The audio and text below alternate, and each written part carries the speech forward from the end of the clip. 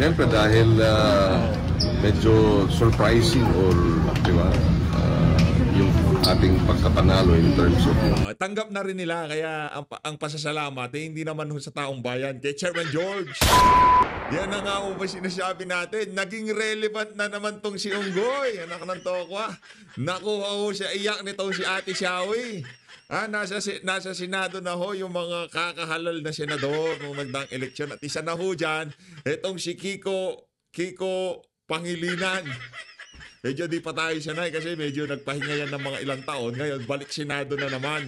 Nakuha ho sa pilit. Nakuha ho sa mahikan itong si George Garcia. Mamaya ho, pag-usapan natin yan. At ang naging interview nitong si Sir Cardema dyan sa forefront ng Billionaire News Channel. Pero bago lahat ng yan, isang like at subscribe. Masaya na ho tayo dyan sa mga gusto sumali sa ating community. Yung join button, andyan lang ho sa baba. Itong si Ma'am Ariza yan. Naku, ang bilis itong si Ma'am Ariza yan. Mega love shoutout ha. Sa susunod na video ko na ipakita yung mega love shoutout natin sa kanya. At dito rin sa video na to, pag-usapan ho natin ang paliwanag dito si Chairman George. Ito si Chairman George Garcia. Kaugnay doon sa pagkakakansila ng Duterte Youth Party List. Mamaya ho, palitan yan. Itong si Sir Cardema at itong si George Garcia na di umano sinabihan na 300 milyon. Di natin alam kung ano ibig sabihin 300 milyon. Doon sa nag-courtesy call sa kanya na kandidato ng pagka-congressman dyan sa Bohol. At dito rin sa video na to, alangan naman na itong bida-bidaan na si Soto, yung kailangan nun natin pasadaan. Ano Brad, nakakuha ka na ba ng boto?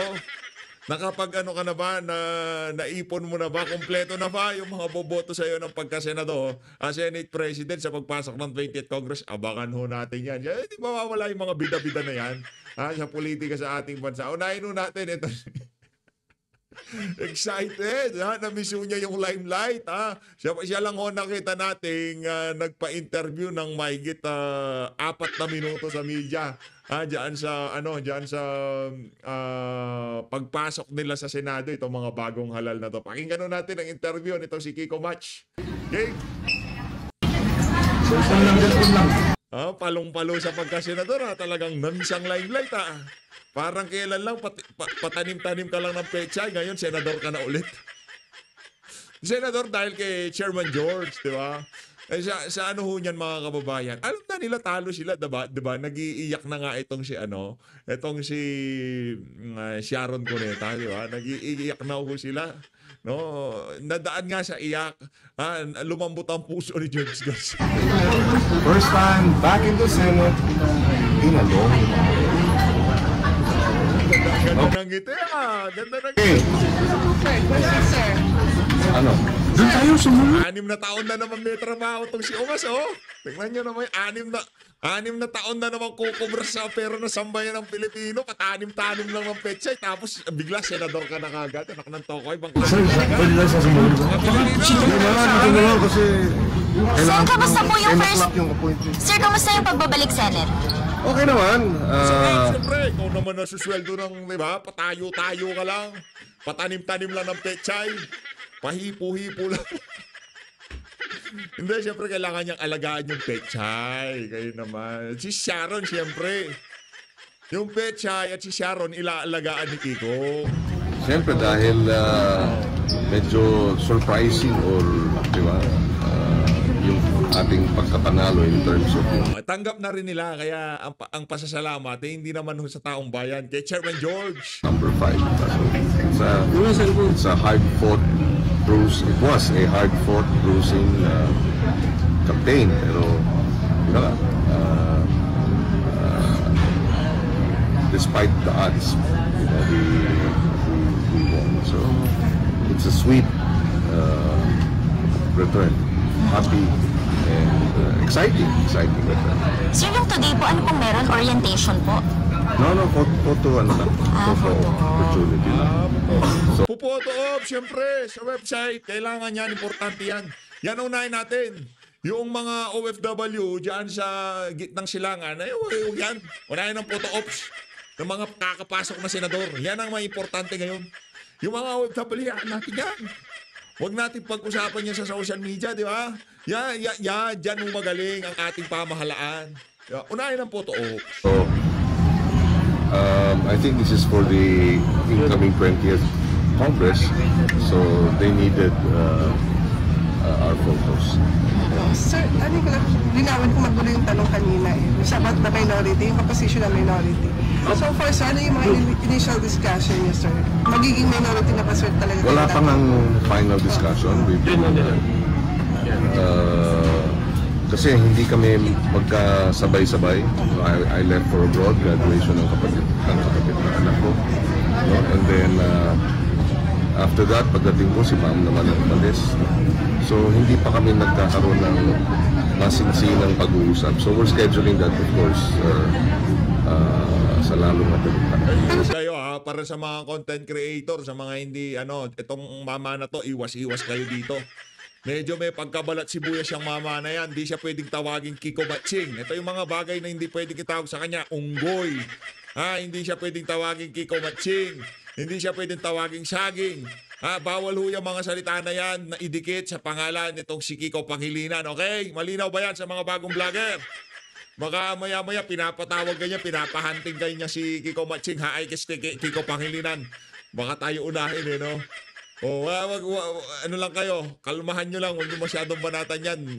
Pero yung pag-aalaga ng pechay nilang dalawa ni Sharon, number 1 yan. Yan ang hobby ni Kiko Pangilinan. Mahilig sa pechay. Personally, ang leading of course is to... I'd not want to preempt any discussion. Minority ka, Brad. So we can... Brad, minority ka. Tigilan mo Tigilan mo kami. Wag kang magano nandos yung si Risa, yung ka-holding hands mo dati. Hindi, joke lang. Naangguluhan lang. Kayo naman, oo, masyado kayong green-minded. Naangguluhan lang, di niya naman ka-holding hands. Si Risa, maraming maraming nakakaladkad sa pangalan yan. So pagka medyo uminit yung issue nung impeachment, doon natin susundutin yan. Lang yung Risa yan, di ba? Pag-usapan natin yung mga pangalan na nachichismis sa kanya. Noong mga naunang panahon pa ni Panot. Nako! Ang pangalan nun? Liamas is waving, ika nga. Hindi pa. Pero I'm sure malapit na yun. Dahil busy lang sa pag-aayos ng opisina. Di ba? Yung ating hiring. So, but I'm sure that will come soon. Si Tito Sen po expressed willingness to be minority leader. What are your thoughts on that? Again, I will not preempt the discussion. Magiging minority leader! Ang pambihiraan. Namin kasi tandem kami tumakbo, di ba? Ni Pam and si Senator Risa was our pinaka-campaign coordinator manager. So we have to sit down first and discuss this. Sure, nakukonsider yung emerging minority yung Duterte 5? Again, I will not discuss until I've sat down with Pam and Risa. Sir, sa impeachment po, ano po yung thoughts nyo sa pagtawid nito sa 20th Congress? I already said this, na continuing body ang Senate, therefore the 20th Congress, as jurisdiction has been established and acquired sa 19th Congress, it will carry over to the 20th Congress. At ang tungkulin natin is to try and decide the case. Kung walang ebidensya o kulang ang ebidensya, hindi sapat, acquittal. Kung sapat naman ang ebidensya, conviction. So we have to... Hindi, mali. Kung sapat ang ilinabas na pera, siyempre convicted yan. Pero kung kulang ang, siya bagay sa inyo, iba usapan, no? Survival ng mga dilawan at mga pinklawan itong impeachment na to ni VP. Kasi pagka naupo na naman si VP, diretsong minidor na naman kayo. Diretsong basurahan na naman yung mga kauri mo, Kiko. Go through the process. Parang na-visualize ko na pag nanalo si VP sa 2028, aalis yan, 29, 30, 31. 2031, aalis siya mga yan. Magpapasok sila ng mga bagong kandidato nila. Sigurado diretso inodoro. Parang senaryo lang ito nitong si dating Pangulong Rodrigo Duterte noong 2016. Abangan natin, nagiging kapanapanabik ang mga susunod na kabanata. Kung meron silang ebidensya, ilabas nila. Ang haba naman ng interview mo na yan. Ebidensya. Tigilan mo yan. Kalokohan yan. Dito tayo kay nag-aambisyong maging Senate President. Kaso bro, paano ba yan, no? Nakita na nasambay ng Pilipino, karakas mo, at ang karakas mo, hindi nila magugustuhan. Ang gusto namin maging Senate President, walang iba kung hindi si Rodante Marcoleta. Kung hindi rin lamang si Rodante Marcoleta ang magiging Senate President, tigil-tigilan natin ang mga kalokohan na yan. Kung ito magiging Senate President, tapos tatanungin natin kung paano pa bababain ang presyo ng kuryente, baka biglang ibalik. Baka iba-back to you sa atin ang tanong. Paano nga ba? Di ba? Mahirap na dapat yung ilalagay nating Senate President. Abogado, mahusay sa batas, matagal ng mambabatas. Di ba? Yun. Sino tinutukoy natin? Si Soto? Hindi ho. Si Senator Rodante Marcoleta. Roy, hindi ikaw. Ito si Soto. Okay? Right now, lahat yan up in the air. Hindi ko alam kasi kung ano. Pagka parliamentary proceedings ang usapan, ika nga, asahan nyo dyan si Soto, pero hindi niya lang alam kung paano pababain ang presyo ng Lalo na hindi kami part of the 19th Congress. And then, mahirap din namang magbigay ng komentaryo tungkol sa impeachment itself or sa mga procedures na dapat gawin. Ang dati kong binigay ng mga komentaryo is yung procedures ng pag-handle nun, hindi nung impeachment proper. Yun ang mga sinasabi ko nun. Pag naman tinatanong si sa akin ng media, kaya ako sinasabi. Pero hindi sa automatic na dahil bagong Congress, expected na mag-ano agad kayo, manunumpala agad na kayo as senator judges. Kung ongoing yung impeachment court, kailangan manumpa agad yun. So, di ba? Ibig sabihin, continuous talaga yung trabaho ng impeachment court. Uy, teka, ba't parang ito, teka lang.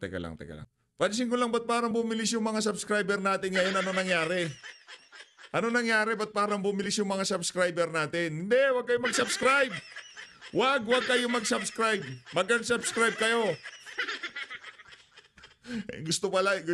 Wag mo palang imbitahin nga mag-subscribe. Yung mga nanonood, manood lang ho kayo. Wag ho kayo mag-subscribe. Para mas masaya tayo dito sa PH Update, di ba? Kasi kung magsasubscribe kayo, wala na. Di ba? Wag na ho kayo mag-subscribe. At the moment, because they have not addressed it particularly, and there is no... Nag-subscribe ka. Sabi ko, wag ka na mag-subscribe. Okay lang, wala nang problema. At subscribe ka na, game na. Oh, yan. Thank you. Other decision coming from any other branch of government, gano'n ang sitwasyon. Depende ko anong dapat na namin. We don't know what the 19th Congress will do until June 30th. Until the 12 of June 30th. So other than that, we will just have to decide or give our opinion after June 30. Dahil June 30, 12 noon, Senator na kami. So possible another round of debate pagdating ng 20th Congress? I hope not. Dahil lalo matatagalan. But if necessary, why not? We should talk about it. You hope, sir, na wala na pong debate. Ibig sabihin na hindi na pagdedebatihan yung pag-crossover. Magko-crossover na dapat talaga siya. Pag inabutan namin yun, I don't think there will be any debate, but you will not be able to stop any member of the Senate to stand up and discuss it or debate about it. Kumbaga pwede silang mag-motion. You cannot prevent that. Ayun mga kababayan, malinaw ho yun na yan, ika nga, kung magko-crossover pero hindi mapipigilan na magkakaroon ng debate. Ngayon naman, dito tayo sa pinakamainit na paksa natin dito sa video na to. Paliwanag ni George Garcia sa pagkakansela ng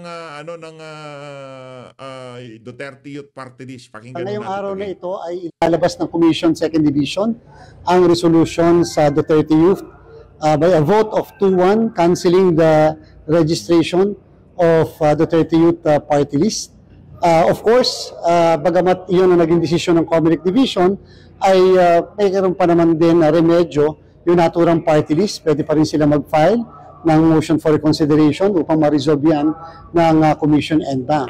Kumbaga pinapahirapan lang nito si George. Kaya pala maganda ang ngiti nitong si Sir Cardema dito sa video na to. Pinapahirapan lang kami niyan si Boy George.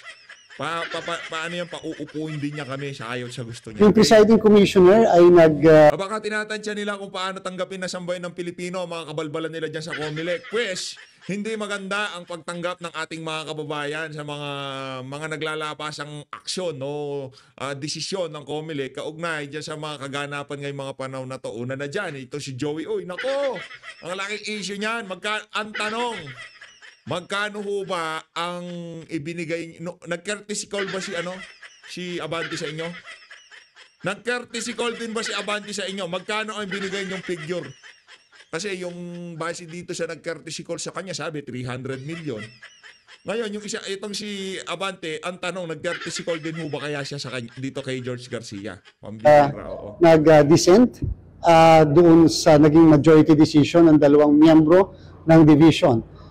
For the information of everyone, ang original na decision ay ang ponente ay ang presiding commissioner, subalit nag-dissent yung dalawang miyembro ng komisyon, kaya naman nire-raffle ito upang mapunta doon sa isa sa dalawang nag-dissent. Kaya yung isa sa mga nag-dissent, ginawa na niya ang kanyang majority decision upang maging majority decision siya, na kung saan yung presiding naman ang nag-dissent doon sa naging decision po nila. Buti pa ho yung mga ang tawag dito, buti pa yung mga akbayan, nanumpa na.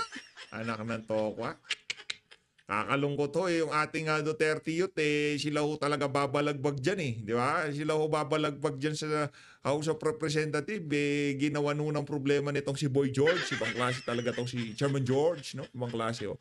Eto, pakinggan natin ang naging interview nitong si matindi to matindi to.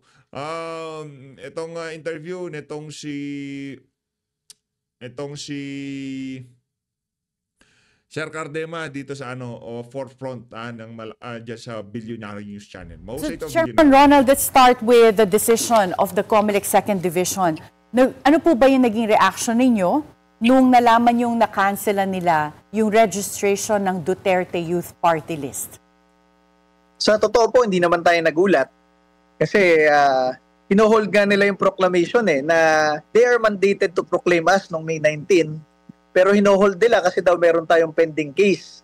Ang sabi nga natin sa Supreme Court, nagpetition tayo, paano nangyari na i-hold tayo because of a pending case noong 2019? Pero yung mga kasamahan naman nating party list at senatorial candidate na merong pending cases, hindi naman hinold. So doon nahalata naman natin na pinupolitika tayo ni Comelec. Yung mga ibang party list na sinabi mong meron ding pending cases pero hindi hinold yung proclamation, can you give us examples? For example, si Kabataan Party List, yung nag-file against us. Si Kabataan Party List sa pending terrorism case sa Comelec. Ang nag-file, Office of the Solicitor General, saka Government of the Republic of the Philippines na nag-file noong 2019 at 2021. Meron ring pending terrorism case si Gabriela Party List. Meron namang si ACT Teachers, meron rin kasi nga na-convict yung kanilang congresswoman. Meron na, for example, yung kay Congresswoman-elect De Lima, meron naman siyang case rin. Kasi nga, meron pa siyang pending dito sa CA about drugs. Kay Senator-elect Tulfo, he was proclaimed kahit na pending yung case niya sa citizenship. Nako! Senator Tulfo! Comelec, naku, ba't yung pirnoklam meron palang pending case sa nationality yung citizenship. Pambira talaga. Baka nag-courtesy call. Hindi ka kasi nag-courtesy call Ay, wala pala tayo noon, no? Sir Cardema, wala kaming ganun. Wala kaming 300 million para mag-courtesy call kay Chairman George. Baka sabihin sa atin, ilan ba mga possible botante ng Duterte Youth? Mga nasa 2 million yan na commissioner. Mag-ready ka dyan, mga kalahating bilyon. Nakakaya si George Garcia, di ba? Yung mga skandalong kinasasangkutan niya, hindi man ho yung dayaan, pera, di ba? Dagdag bawas. Yan ang mga kinasasangkutan niya. 16 million overvote saan napunta? Sinong nakinabang? Consolidation server, ba't may ganon? Di pa napapaliwanag. Para accurate yung mga lumabas? O baka nadaya, baka na manipula na yung mga ulitin natin paulit-ulit kasi minsan nakakaumay na din eh. Consolidation server, bakit kailangan daw, sabi ng COMELEC, para daw maging accurate yung mga lalabas sa mga PPCRB, mga media, server ng COMELEC. Dapat hindi ganun ang issue. Ang issue, galing doon sa mga makina, diretso PPCRB para walang dayaan. Ang ginawa ng COMELEC, hindi. Isosort muna natin yan dito sa consolidation. Di ba, laking kababuyan? Tapos kahapon sinabi, dinilit daw yung mga datos nung nag-election. Ano to? Meron bang ganon? Ang pagkakaalam ko, ang boto, ang mga datos, ang mga dokumento, hindi pwedeng burahin yan, hindi pwedeng i-delete yan for future reference. Di ba? Para meron tayong pagbasihan kung ano bang dinilit na nila, magagawa natin. Baka pati mga hard drive, mga memory card, pinagwawasak na ng mga taga-COMELEC para walang ebidensya. All the others doon na mayroong mga mas serious na pending cases like plunder and corruption. So sabi natin, kung sinasabi ni COMELEC noong May 2019, hindi muna ipoproklama ang Duterte Youth kasi daw very serious daw yung case. Sabi ko, paano nangyari yun? Ang dami doon mas serious yung case. Hindi pinroklaman nyo naman. Mm-hmm. So ano po yung magiging hakbang ninyo? Kasi in this COMELEC Second Division, you can file a motion for reconsideration with the COMELEC en banc. Is that a remedy that you're pursuing? Yes, allowed po tayo mag-file ng motion for reconsideration and we will file that MR. Pero sa totoo lang po, we are not expecting anything from the en banc dahil dinedelay nga nila yung certificate of proclamation. Under the rules of the COMELEC, kung merong kaso at hindi naman final yung decision doon sa kaso, pwedeng i-release yung certificate of proclamation. Pero nung May 19, hindi nila ni-release kahit proclamation day na, kahit pending pa lang. So ngayon, syempre, ang sasabihin nila, dapat nga i-release nila yun kahit kahapon, kahit ngayon, anytime. Kasi hindi pa rin naman final yung decision kahapon ng division. Pero syempre, sasabihin nila dyan, hindi pa rin nila i-release kasi nag-decide na yung division. Mm-hmm. So, kahit itaas po natin sa en banc yan, we are not expecting any favorable decision from them. Ang nagulat lang po tayo, merong boto kahapon, 2-1. Yung presiding commissioner po ng division, si presiding commissioner Ray Bulay, he sided with us. He explained sa kanyang dissenting opinion kung bakit wala naman talagang issue o kaso laban sa atin. Walang substance yung kaso sa atin. So, pwedeng-pwede po na gamitin natin mismo yung opinion ng kanilang presiding commissioner. Parang gusto ko ang style nitong si Commissioner Ray Bulay. Commissioner na pang-appeal po sa en banc. Kasi kasamahan na mismo nila nagsabi na hawsyaw yung mga final sa atin . Okay, so you're confident na may pag-asa pa po kayo sa COMELEC en banc? Wala, I am confident na ilalaglag tayo dyan sa en banc na yan. Despite the presiding officer in the Second Division dissenting from this decision that came out canceling Duterte Youth registration? Kasi medyo kahit naman po hindi tayo abogado, kahit yung mga tagapakinig natin na ngayon dito sa programa hindi abogado, makikita nyo pinopolitika lang tayo. Kasi kung tunay yung sinasabi nila na hindi muna namin i-release yung certificate nyo na proklamado kayo kasi may pending kayong kaso, yung ibang mga merong pending nireleasean . So kita nyo na agad doon, may bias, di ba? May partiality. Kaya nga kinasuhan natin sa ombudsman itong mga to ng violation ng Anti-Graft and Corrupt Practices Act 2 weeks ago. So hindi natin in-expect na sa en banc may favorable decision tayo dyan. In-expect natin, baka may ganong pattern, merong magdi-dissent. Kumbaga meron pa rin medyo patas para sa atin, pero hindi natin in-expect na magiging favorable yan. Pinatagal nila yung pag-release ng Certificate of Proclamation para habulin itong mga ganitong decision against us. Siyempre, lalagyan mo ng legal languages, ayusin mo. Pero nung binasa natin yung resulta nung decision kahapon, kitang-kita mo doon na ipinilit na lang. Okay. Well, just very recently, the Commission on Appointments suspended the confirmation of 2 ad interim COMELEC commissioners because the Duterte Youth, you personally appeared in the confirmation hearing opposing the appointment or confirmation of these 2 commissioners, Pipo and Kasingal. Why did you oppose their appointments or confirmation? Unang-una, inapprove nila yung pag-delay doon sa ating proclamation. At sabi natin, bakit kayo nagde-delay ng proclamation?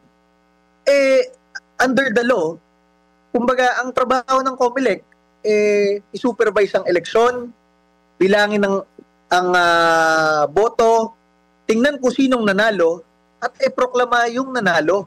Di ba? Ang sinasabi kasi ni COMELEC Chairman George Garcia, nirekomenda lang daw sa kanila nung committee ng mga direktor nila yon. Di kinasuhan ko yung mga direktor. Ang sabi naman ni COMELEC Chairman George Garcia, after ko kasuhan, hindi kasalanan yun, nagrekomenda lang sila, hindi naman sila yung nag-approve. Sino pa bang kakasuhan? Yung nag-approve o yung nagrekomenda, nagtuturuan na lang sila dun na-realize natin, itong dalawang nag-approve hindi pa sila confirmed nung ginawa nila yon. Therefore, they are still liable, pwede pa silang kasuhan doon sa ombudsman nung mga kaso na yon. And kinasuhan natin, and sinabi lang natin sa CA, yung dalawang yan, may kaso yan sa ombudsman. Violation ng Anti-Graft and Corrupt Practices Act. Yung dalawang yan, namuliti ka. So, gusto nyo bang gawing 7 taon yung ganyang abusive acts nila o gusto nyo i-defer sila? So, yun lang po sabi natin sa CA. Okay. And from the result of your opposition, has their appointment been deferred? Na-suspend yung confirmation nila? Na-defer lang ng isang linggo, pero nung susunod na linggo, hindi kasi tayo naka-attend doon. Kasi meron naman tayong DOJ hearing rin. Nandun sila, nakalusot sila nung araw na yun, nung hindi tayo naka-attend. Okay. And then are you worried that given the track record of you filing cases against these commissioners and you trying to suspend their confirmation, sila rin yung uupo ngayon dun sa unbanked motion for reconsideration ng Duterte Youth Party List? Wala naman tayong ikinakakaba dyan. Pag nakita natin meron silang mali, pinasuhan natin sila. Meron tayong nakita natin yung abusive acts nila. Pinapakita natin sa taong bayan kung ano yung abusive acts nila.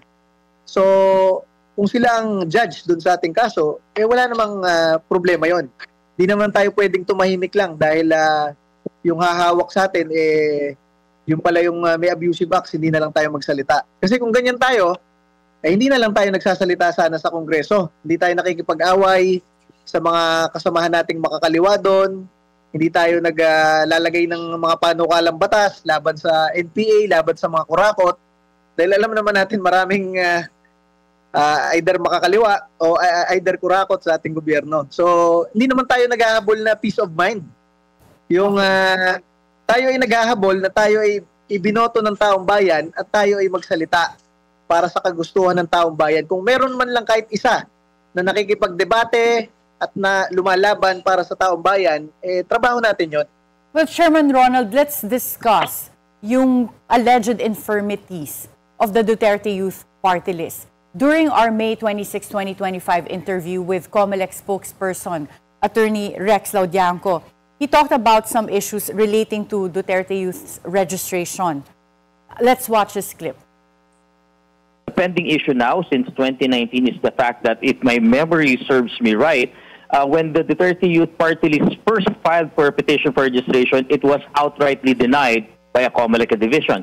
And then they filed a motion for reconsideration by which the Commission unbanked granted such motion and allowed the registration of that party list. However, it appears, based on records, that the compliance for the publication has yet to be done by the Duterte Youth Party List. And this was the one raised by the petitioners in this case.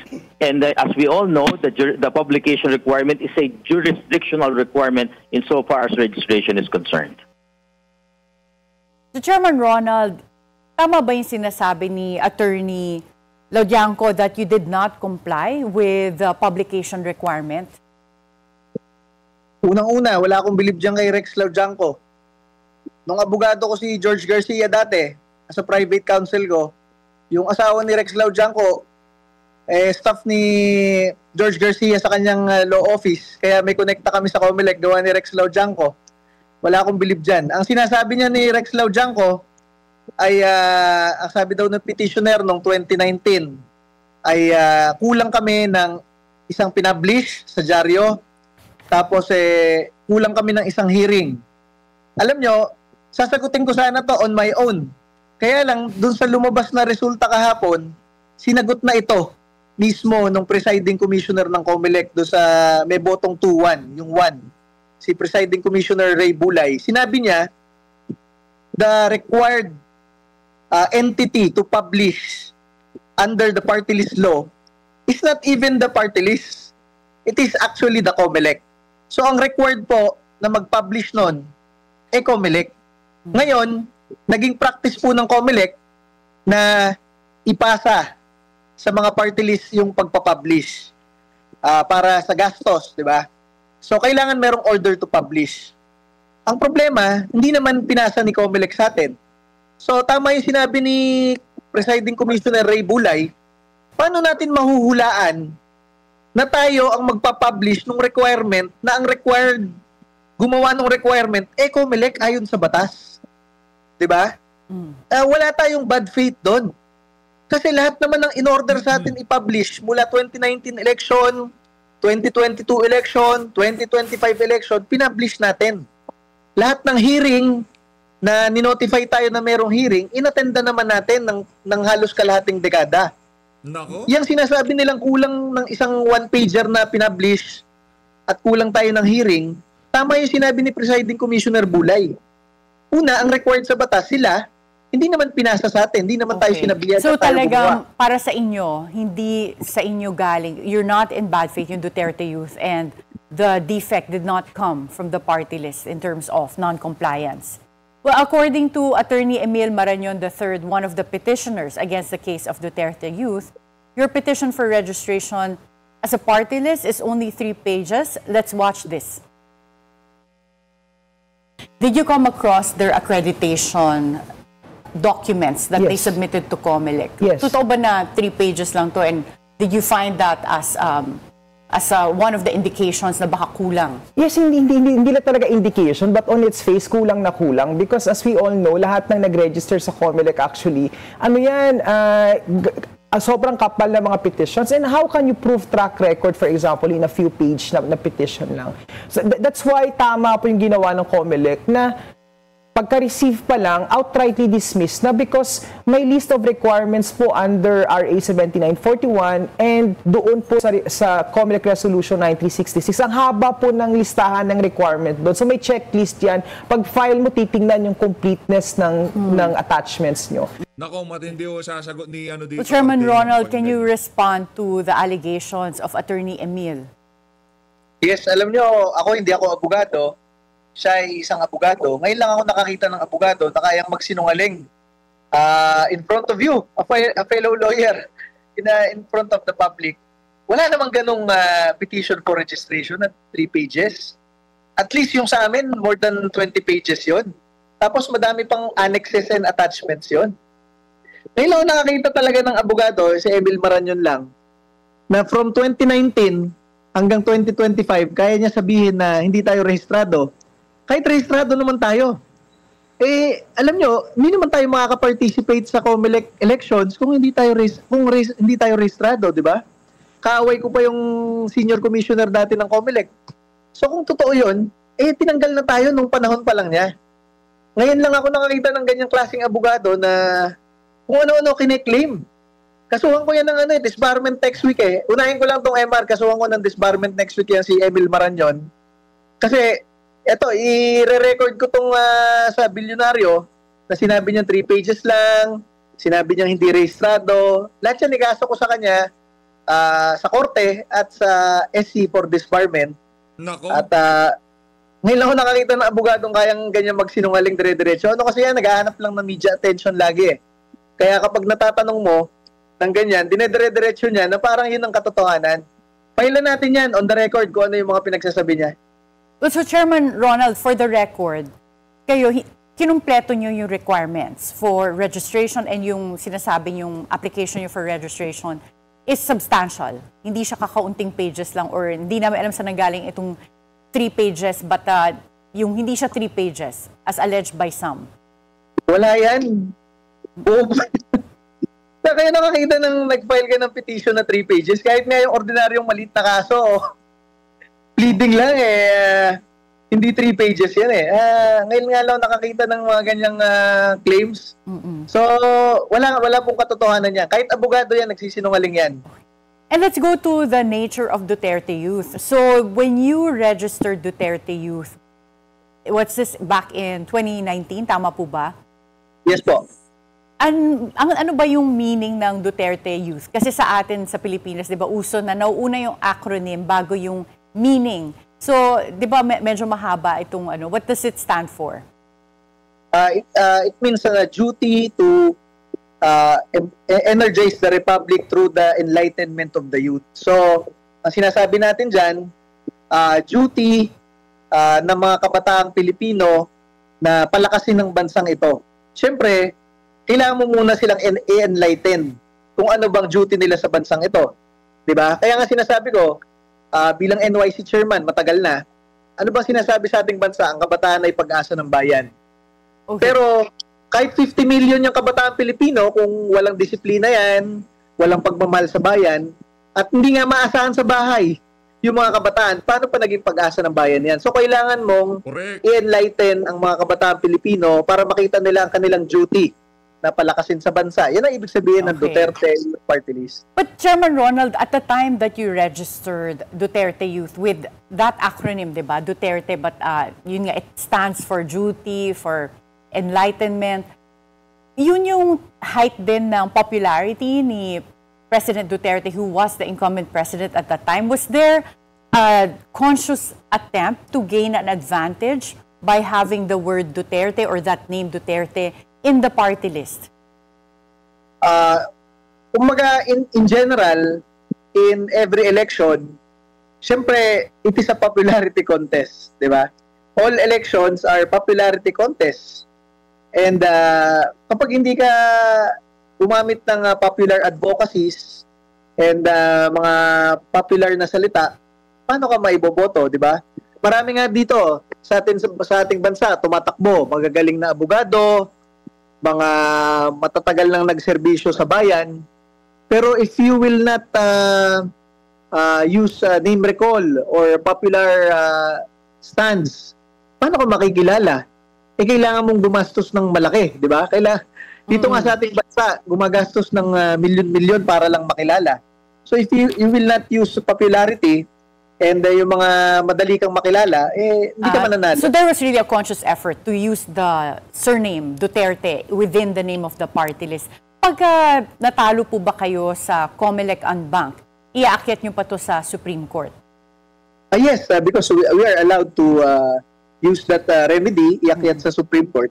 Ayun na nga mga kababayan, dito na natatapusin ang ating reaction video. Maraming salamat po sa pag-support sa PH Update. Tuloy-tuloy lang po tayo sa pagantabay dito sa mga issue na to. Especially yung kay George Garcia, yung 300 million. Ako, ito talagang si Manong George. So always, maraming salamat. Mag-ingat po kayo lahat. Mahalin natin Pilipinas.